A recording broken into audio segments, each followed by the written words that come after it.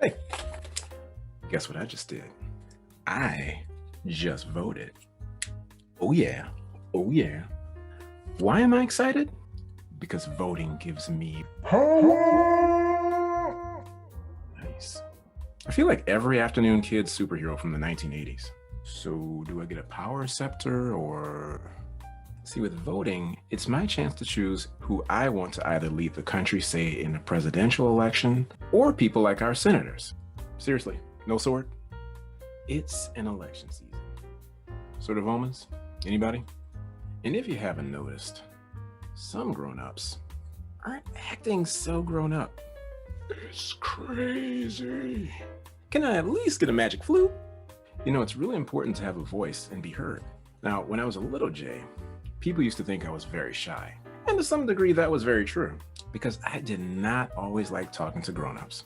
And I was a really, really quiet kid. But what they didn't know was that I had all these stories and characters in my imagination competing for attention, and I couldn't wait to get home to write or draw them all in my notebook. And I always thought that back then, that maybe people sometimes mistook my supposed shyness for weakness. I'm gonna say 3 words that we don't hear often enough. Your voice matters. You matter, just as I matter. And you have a voice, and your voice deserves to be heard. Segue.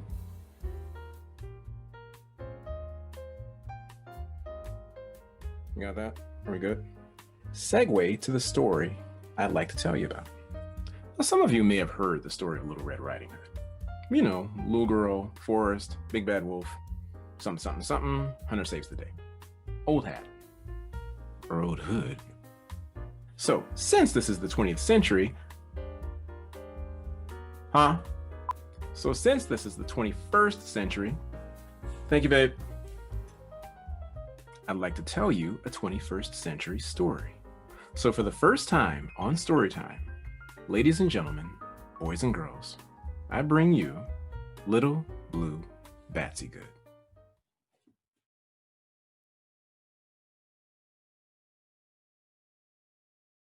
Once upon a time, in a forest, actually, let's make it a jungle, an urban jungle.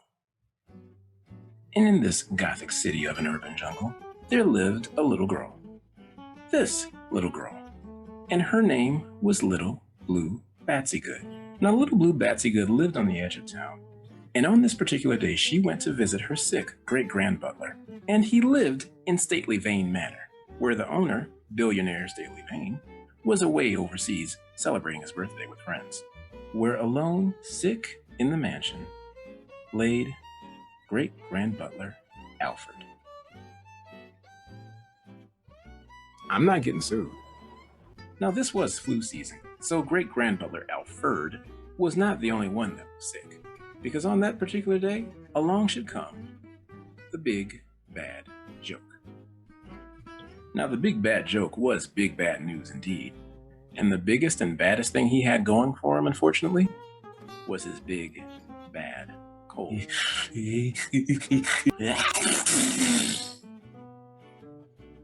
Hence the red nose. Now on this day, along should come Little Blue Batsy Good, skipping along on her way to see her great-grand-butler Alfred. And as she crossed paths with the big bad joke said, "Little girl, where are you going with that belt?" And Little Blue Batsy Good looked up with her big blue eyes and said, "Hello and good morning to you, sir. Dinny fast yourself. I'm going to my great-grandfather's for a wee bit. He's sick and it didn't count. He's getting like a skinny, malinky long legs. Instead of staying home and watching himself and his husband, hold your wished. Can someone give me some subtitles, please? Hey, you wee rascal. You're looking very peely-wary. So Thank you. Oh, till this one preserve us. I best be off. What's fair you won't goodbye ya. Well, after Little Blue Batsy Good left, that got the wolf to thinking. He wanted that soup for himself. So he took the number 5 bus across town, got one ride share, and off he went straight up to Stately Vane Manor, where he met up with great-grand butler Alfred, handing him 2 free cruise tickets that got great-grand butler Alfred's interest very quickly, got him very healthy very quickly, and he was off, packed, and on the boat just in time for the 4 o'clock buffet. Well, now that great-grand butler Alfred was out of the way, that gave the big bad joke an opportunity to take his place. And he did, as he did just so happen to have one particular bald cap that just so happened to resemble great-grand butler Alfred's head, making a gruesomely perfect disguise.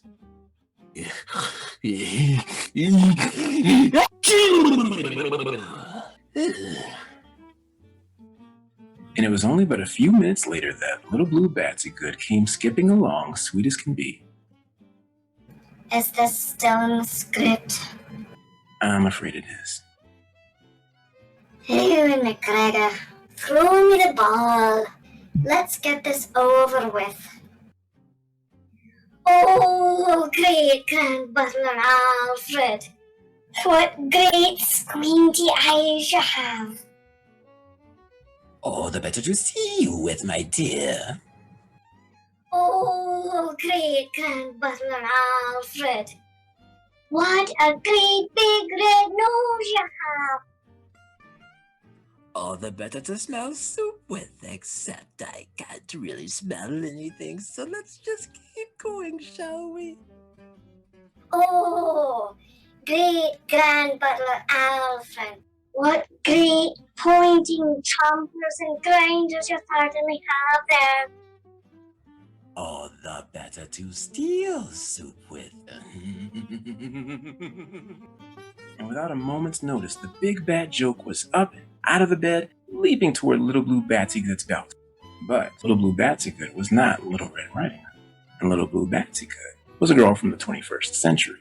And little girls from the 21st century take Taekwondo classes. Because little girls in the 21st century can take care of it themselves. And take care of it she did. When the big bad joke tried to jump after her, she jumped right after him and kicked his little booty all the way up and down the halls of stately Vane Manor. And little Blue Batsy Good showed the big bad joke that sometimes dynamite can come in small packages. So little Blue Batsy Good turned in the joke, earned the reward, and used the money to join her great-grand butler Alfred on the cruise just in time for shuffleboard, the 5 o'clock buffet, and snacks by the pool, as they all do in these types of stories, happily ever after. I used to tell that story to summer campers in years past. Now you can probably guess that this character was my homage to DC Comics' Batgirl. But of course, I had to do my own personal tweaks so that it's an original character inspired by... Anyway, I want to show you that not all superheroes have to be 6'3" and have a big chin or big muscles. Some heroes, or heroines, can be 3'10" and in the 1st grade. And the important thing I wanted them to know was that in a world of fairy tales and princesses and damsels in distress, you don't have to follow the norm. You can be a girl that's a weightlifter. You can be a boy that's a fashion designer. All of you, any of you, can be a painter, a plumber, a writer, a doctor, a mail deliverer, a president. Don't let the rest of the world tell you what to think or what to feel or how to feel, including me. You're strong all by yourself, and you're strong enough. And maybe you don't hear this often enough either, but you are doing great. Times are crazy, and you deserve a break. And with that said, let us segue into something more chill. Something I personally like to think has a calming effect. So friends, you can invite your grown-up to have a seat, grab a piece of paper, a number 2 pencil, and let's draw the original inspiration for a little Blue Batsy Good, Batgirl. So the first thing we're going to start off with is a nice long line toward the left going down, and it's going to start to curve to the right until you hit the middle of your paper like that. Then we're going to do the same thing on this side.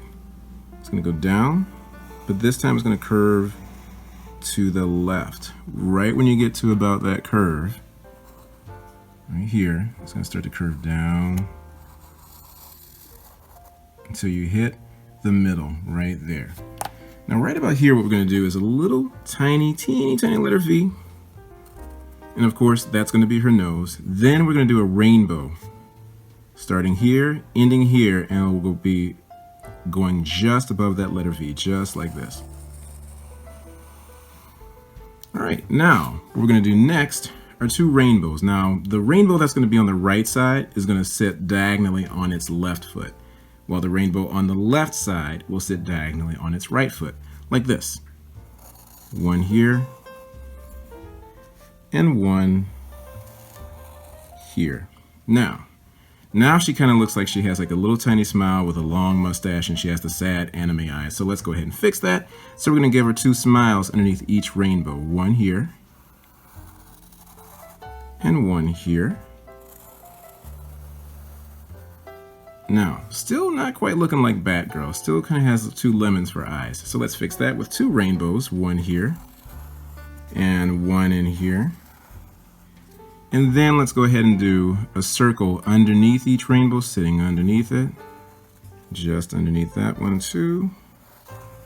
Now she's got pupils. Now, one of my favorite things to do is add like a little circle on the right corner.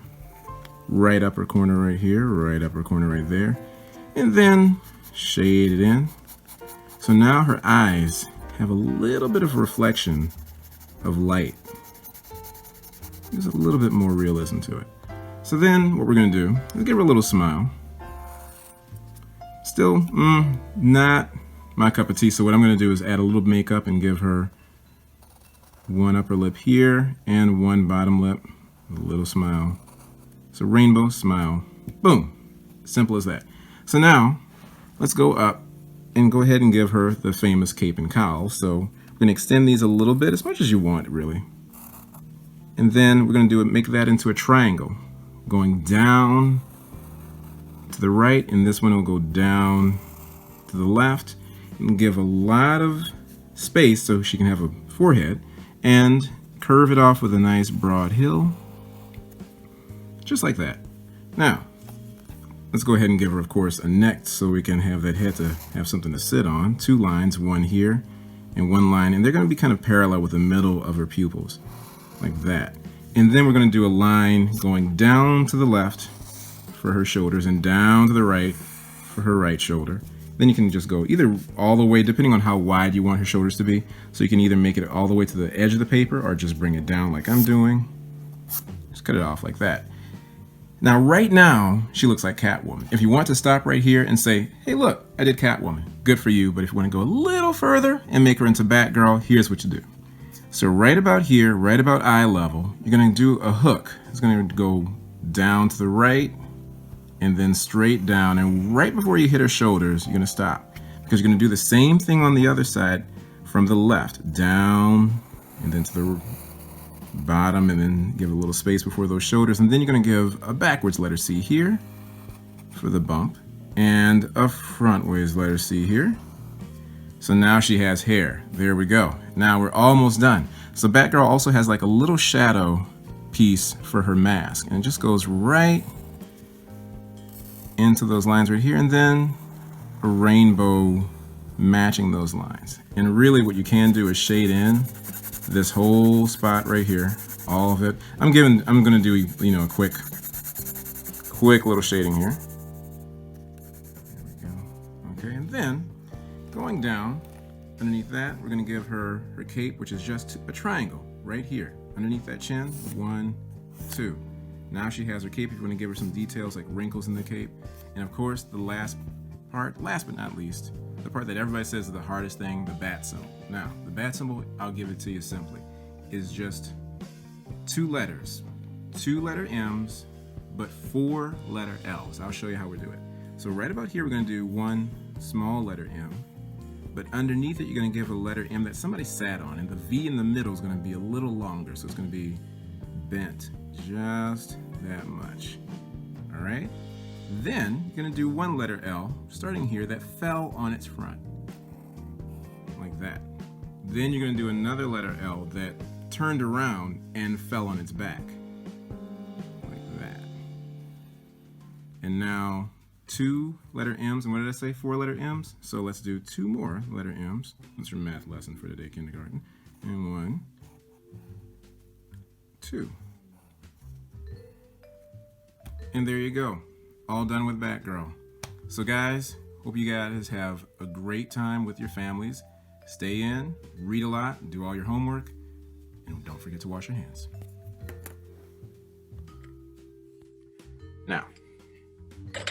Now that we've drawn someone who's famous in the comic book art world, I want to introduce you to someone who I think is going to be a fantastic and already is a phenomenal artist. Take a look at this. We've got that power. We've got that power. We've got that power. We've got that power.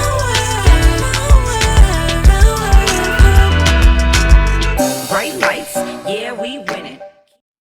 This artist has created her first animated short that is already in competition in festivals with other artists and animators that are already competing for the Oscars. And by the way, I think I should mention, she's all of 14 years old. So ladies and gentlemen, boys and girls, allow me to introduce you to Miss Kalia Jones. Nice to meet you, Kalia, and welcome to Storytime. Happy to have you here. Thank you. So Kalia, can you tell me what is your favorite cartoon or movie or TV show to relax with? I think my favorite cartoon has to be Adventure Time. That's a good one. I watched it when it was first coming on, and I've just watched it for a while. I've been rewatching it recently. So now you have made an incredible movie. Can you tell us what it is?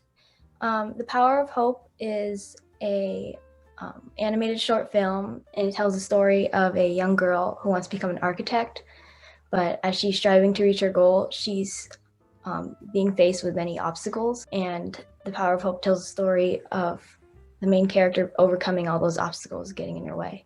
Who would you say is your favorite filmmaker or artist? I think I have a lot of favorite people. There a lot of inspirations to me. My inspirations, they actually, at the end of The Power of Hope, in the credits, there's a whole collage of all the people who inspired me. It's a great idea. I think my favorite has to be Ava DuVernay. She's a powerful Black filmmaker, and just my main inspiration is just Michelle Obama. Of course, that's awesome. So would you say then that Ava DuVernay was the one who inspired you to do this? I've always wanted to be a filmmaker, and she was one of the main inspirations to me. There's a lot of inspirations, people who inspired me. I was inspired by many people to make this film. That's amazing. How did you make the movie? First I had to come up with the idea, what I had to get a vision into my head of what I wanted the movie to look like, or what I wanted it to be. So first I had to just think of a character and write a story. And once I had a whole idea in my head, we went out to find a crew, and that was probably the hardest part. We don't know anyone in the film industry, so finding a crew was really hard. We would go to colleges and talk to people, ask them, and send out emails, and not a lot of people. Really? You were on it. God, that's amazing, man. Most kids, maybe they'll make a lemonade stand. You're making your own movies and making your own animated movies. That's incredible. Thank you. Did you run into any unexpected obstacles along the way? I think one of the main obstacles was just finding people, a crew, because we didn't know anyone in the industry. So finding people to work who wanted to work on the movie was just very hard. Was it more just going up to people and talking to them and just asking them hey, I'm making a movie, you want to Yeah, we would like wait outside classrooms and send emails. But finally we found found a crew, and the movie just came together after that. That is fantastic. Wow. Did you run into any, you probably already answered this in a way, but did you run into any unexpected victories along the way? I didn't actually expect to get like a lot of attention for this movie, but that was my main goal, was to get as many to send out my message and just get as many people to see it. But I didn't expect just so many people to like be paying attention to this.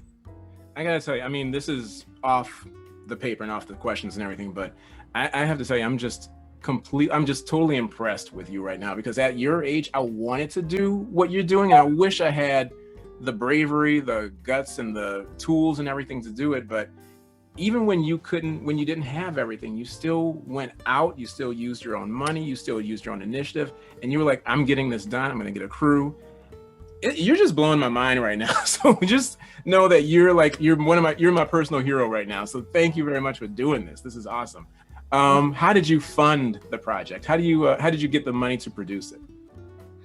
I funded the Power of Hope with money that I got from recycling.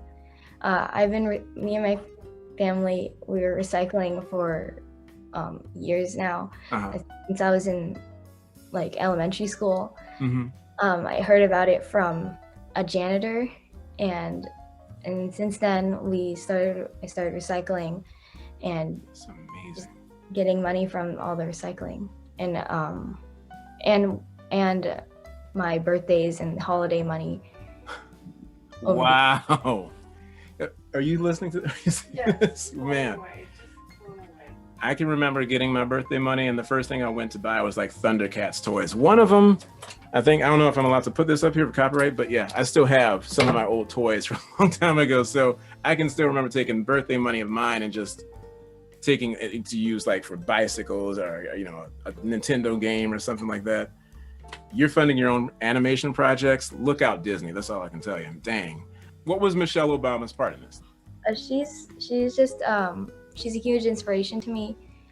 She has just a huge effect on so many people, and I wanted to use her speech because I loved the message in the speech. Yeah. And I just, she has such a huge effect on a lot of people, and I wanted to be able to like have an effect on people the same way. You're already doing it. I hope you know that. I would say you want to be a leader like her, but I'm just going to say you already are there because you're already leading. So what's next on the horizon? Currently I don't have any other projects in the works right now. The Power of Hope is still pretty new, but I think I hope that the Power of Hope can open some doors for me in the future. And I think my dream job would be to work on a Incredibles Frozone movie. Oh man, with Samuel Jackson? That would be, I hope he hears about this. I hope this interview gets out to him so that he can know that there's somebody out there that wants to direct a Frozone movie, and she's the perfect person to do it. So Samuel Jackson, I hope you're hearing this. She's the one to do this for you. So, and last question, if you had any advice for future young filmmakers, artists, athletes, or anything, especially young girls of color, what would it be? I think my advice would be just don't give up. No matter what is getting in your way, be persistent and just be hopeful and confident in yourself and your ability, and just don't let anything get you down. And you can, if you work hard enough, you can reach your goals. That's awesome. So Kalia, thank you so much for doing this. I can't tell you how much I'm honored. You just made my day. You just made my year, because this is just amazing to meet someone so young and so incredibly talented and has all her stuff together. And you're gonna be going places, girl. That's all I can tell you. So thank you so much for doing this. I'm honored to meet you. Thank you for having me. Now, it is about that time again, and I need to run to my nearest polling place before it gets too late. You can come along if you like. But before we go, I'd like to thank Kalia Jones for stopping by Storytime and sharing her amazing story with us. And thank you guys for sharing a minute with me to draw, be silly, look at some cartoons, or share a story or two. So, if you want to, be vocal, be heard, be fierce, be a helper. We're gonna be okay. And I'll see you next time.